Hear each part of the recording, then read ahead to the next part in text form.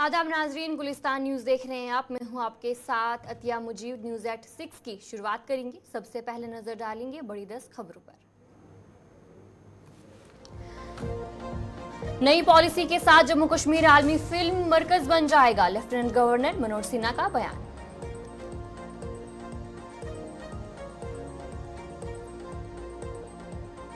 जम्मू कश्मीर अपनी पार्टी को लगा झटका, उस्मान मजीद समेत पार्टी लीडरों और वर्करों ने दिया इस्तीफा।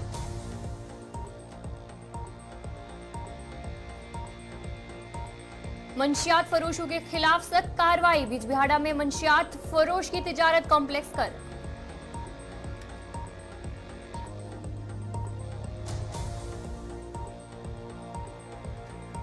जम्मू कश्मीर के मुतअद्दिद इलाकों में बारिशों से नदी नालों में पानी के बहाव में इजाफा।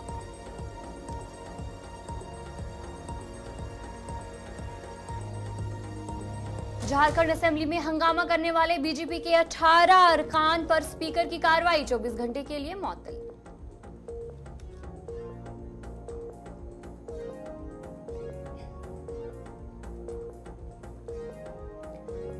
वायनाड हादसे में मोहलकीन की तादाद 200 के पार। शशि थरूर ने वजीर दाखिला अमित शाह को लिखा खत।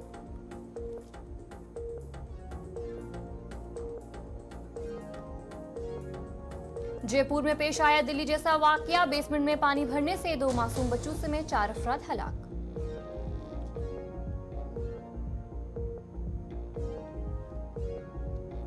मूसलाधार बारिश के बाद दिल्ली दरिया में तब्दील, मां बेटे जाँ बाग, तमाम स्कूलों के बंद करने का ऐलान।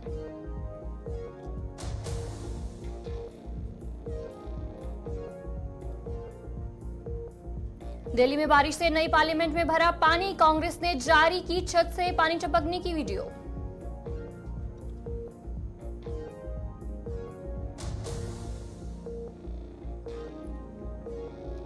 सड़क के हादसा के मुतासरीन को मुफ्त केसलेस इलाज फराहम किया जाएगा, नितिन गडकरी का बड़ा बयान।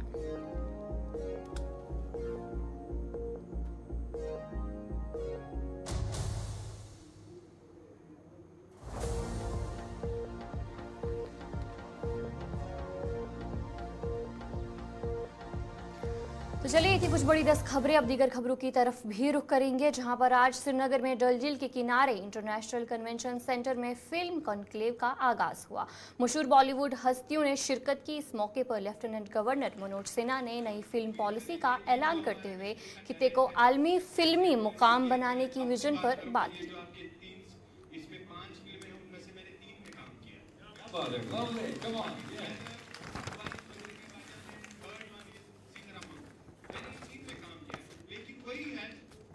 और सिनेमा को अलग अलग करके देखा नहीं जा सकता।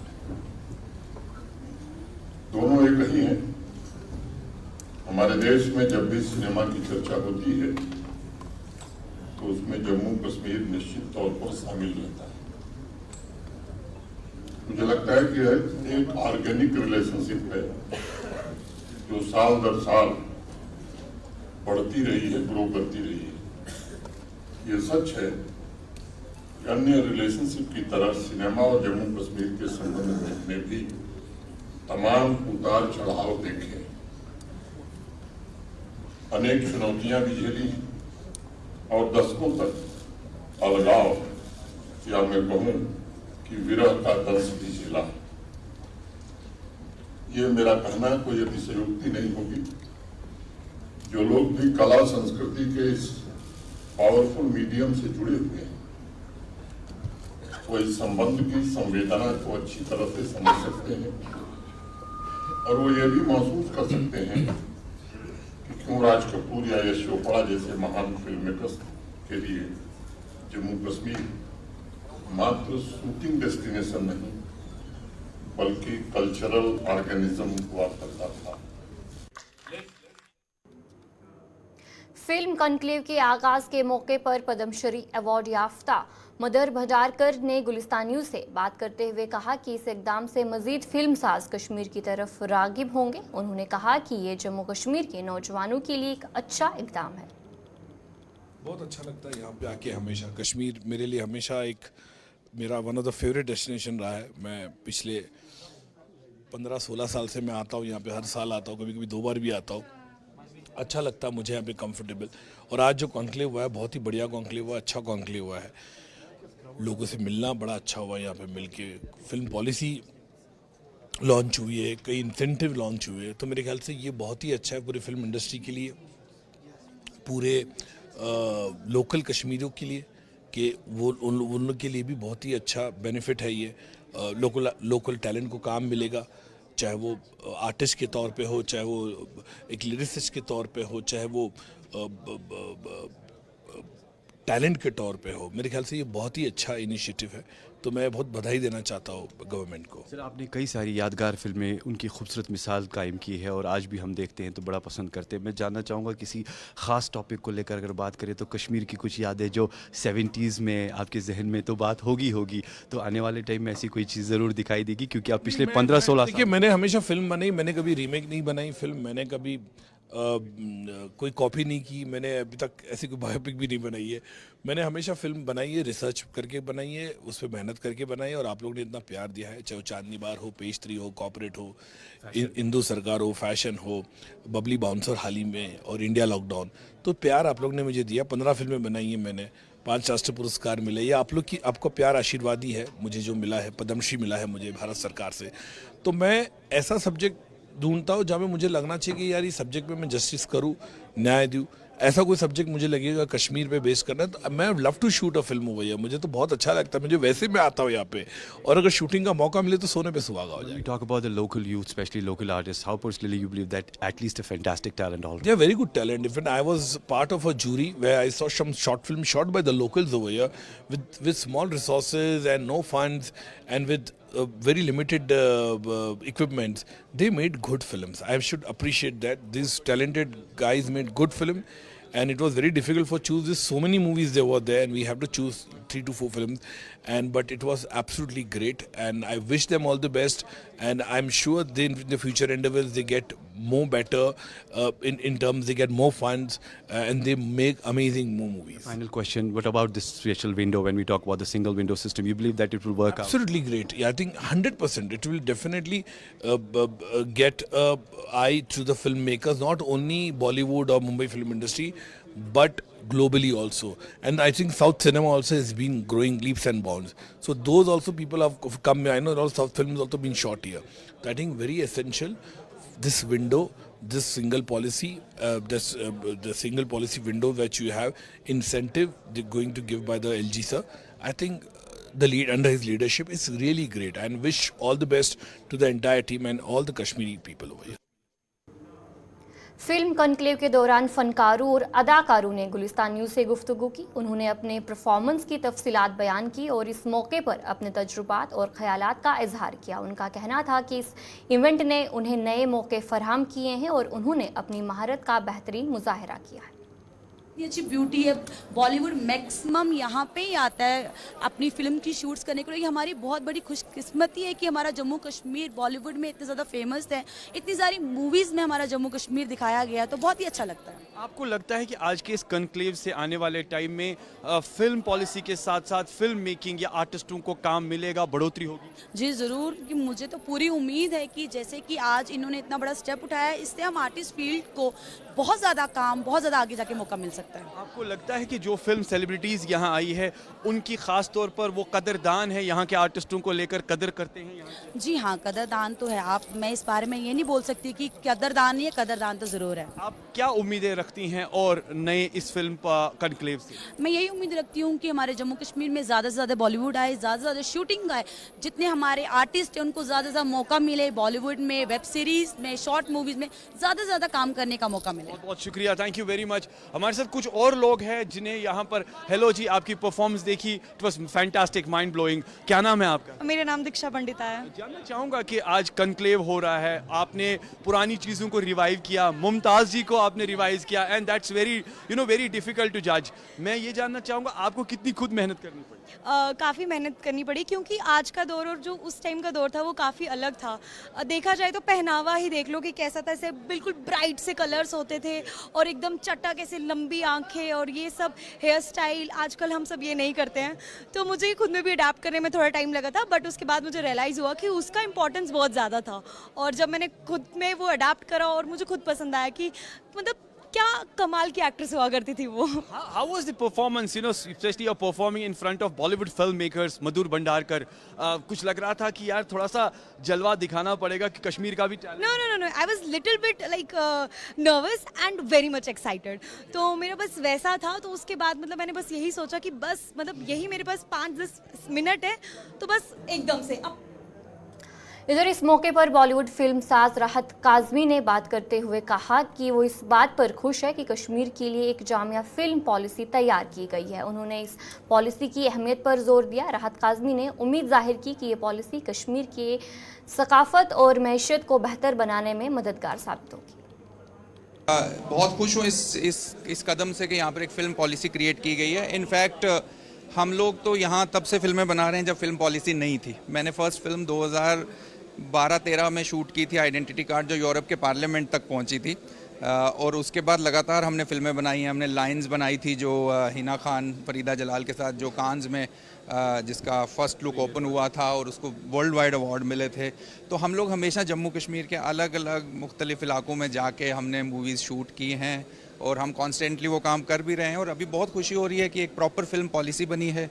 दूसरे फिल्म मेकर्स भी आ रहे हैं, हम भी, क्योंकि मैं मुंबई में हूँ पर मेरे रूट्स यहाँ पर हैं, तो हम लोग सबको इनकरेज करते हैं कि भाई आप कश्मीर में आएँ और फिल्में बनाएं। यहाँ का टैलेंट, यहाँ के लोग, यहाँ के यंगस्टर हमारे ग्रुप के साथ तो ऑलरेडी जुड़े हुए हैं। हमारे लाइटमैन से लेके हमारे छोटे टेक्नीशियन, बड़े टेक्नीशियन, मोस्टली सब जम्मू कश्मीर से हैं। हमारे बहुत सारे एक्टर्स हैं जो हमारे साथ काम करते हैं। सही कह रहे हैं, बॉलीवुड और कश्मीर का बहुत गहरा कनेक्शन है। चाहे वो शम्मी कपूर का दौर हो या उसके बाद जितनी भी आप बेहतरीन फिल्में आप देखेंगे हिंदुस्तानी सिनेमा की, चाहे वो सिलसिला से लेके नंबर ऑफ़ फिल्म्स आप नाम नहीं ले सकते, इतनी ज़्यादा हैं जो यहाँ शूट हुई हैं। वो अनफॉर्चुनेटली हालात की वजह से 90s से यहाँ पर फिल्में शूट होना बंद हुई और उसकी वजह से दूसरे मुल्कों को, दूसरी डेस्टिनेशंस को फ़ायदा हुआ। स्विट्ज़रलैंड जैसी जगहों पर टूरिज़म बहुत ज़्यादा बढ़ा हमारी हिंदुस्तानी फिल्मों की शूटिंग्स की वजह से। पर अल्लाह का बड़ा शुक्र है कि यहाँ पर फिर से वो माहौल वापस आ। डीसी श्रीनगर ने मंशियात के मसले पर बात करते हुए कहा कि इंतजामिया मुतासरीन की मदद के लिए भरपूर कोशिश कर रही है। उन्होंने इस बात पर जोर दिया कि मंशियात के आदी अफराद की बहाली के लिए मुख्तलिफ इकदाम किए जा रहे हैं, जिनमें आगाही मुहिम और तिबी मदद शामिल है। डीसी ने बताया कि इस मकसद के लिए एक हेल्पलाइन भी कायम की गई है ताकि मुतासरीन को फौरी मदद फराहम की जा सके और उन्हें मुनासिब रहनुमाई फराहम की जा सके। जो ड्रग एडिक्शन का इज़ अ रियल प्रॉब्लम, और इससे आप देख रहे हैं कि दैट ऑलमोस्ट सारे डिस्ट्रिक्ट जूझ रहे हैं और डिस्ट्रिक्ट श्रीनगर में भी बहुत इसका इन्फ्लुएंस है। और इसमें जैसे आपको पता है कि मंथली एनकॉर्ड मीटिंग्स लेते हैं जहाँ पर इन चीज़ों पे एक्शन लिया जाता है, both from the drug peddlers as well as from जो हमारे इसके विक्टिम्स बने हुए हैं, उनको रिहेबिलिटेट कैसे करे जाए, उनकी ट्रीटमेंट कैसे किया जाए और उनको स्किल एम्पावरमेंट कैसे दिया जाए। जिस तरीके से हमारे पास जो सेंटर्स है, चाहे SMHS में हो या इमहान्स में हो या स्किम्स में हो या हमारे पास जो इंस्टीट्यूशंस हैं और भी हैं, उनमें जो ड्रग डिटेक्शन सेंटर्स है, they are all functional.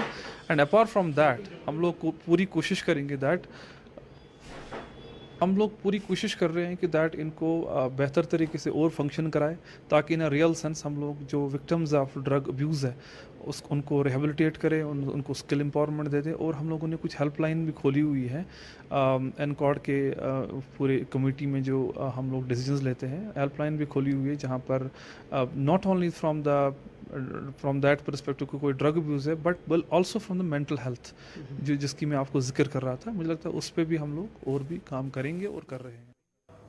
Kashmiri house boats owners association के चेयरमैन मंजूर अहमद पख्तू ने हाउस बोट पर टैक्स आयद करने के हवाले से बात करते हुए कहा कि वो इस मसले का जायज़ा ले रहे हैं और जल्दी हुकूमत को अपनी तफसीली राय फराहम करेंगे।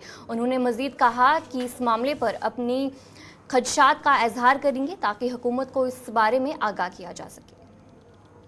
देखिए, 2 दिन पहले हमारी नोटिस में आया है कि कुछ टैक्सेस बढ़ रहे हैं, जैसे रिन्यूअल ऑफ लाइसेंस हैं या बाकी जो हमारे हाउस बोट्स में एमिनिटीज़ होती है तो उनको कैसे होना चाहिए, क्या क्या उसमें ज़रूरी है, क्या होना चाहिए, एक्स्ट्रा क्या होना चाहिए। तो अभी गवर्नमेंट ने जो ये फ्रेम किया है, मतलब ये जो रूल्स अभी हमारे सामने आए हैं, तो इसमें 15 दिन का टाइम हमें गवर्नमेंट ने दिया है कि हम यहाँ से अपना फीडबैक वापस दे सकते हैं।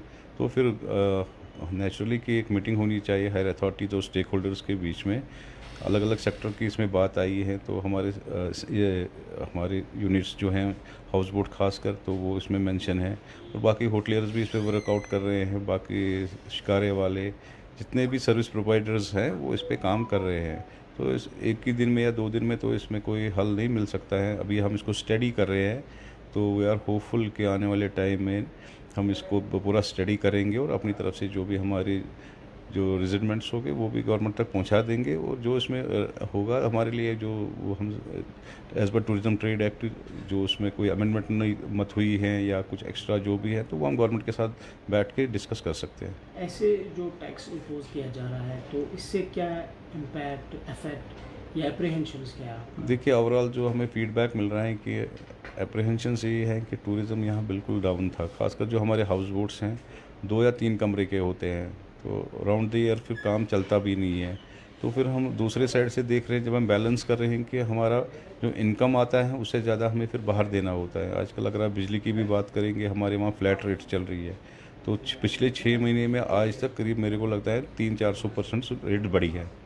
तो ये सीज़न तो हमेशा रहता नहीं, विंटर्स में हमारे यूनिट्स क्लोज होते हैं। तो काम एक जो ईज़ ऑफ डूइंग बिज़नेस के हवाले से बात की जा रही है कि जो भी स्टेक होल्डर्स हैं उनको ईज़ ऑफ बिज़नेस ही मिलना चाहिए। हम उतना कमाएंगे फिर उससे ज़्यादा हमें टैक्सेस देने पड़ेंगे, तो मेरे को नहीं लगता ये कोई ईज़ ऑफ बिज़नेस है।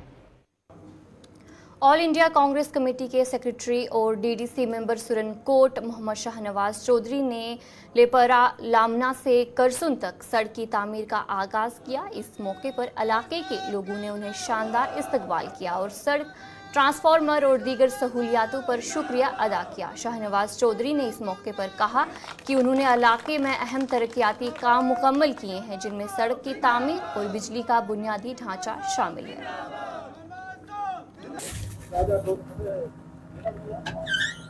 ये लपाड़ा लामना टू करसन रोड है, उसकी जो है आज काम की शुरुआत हुई है।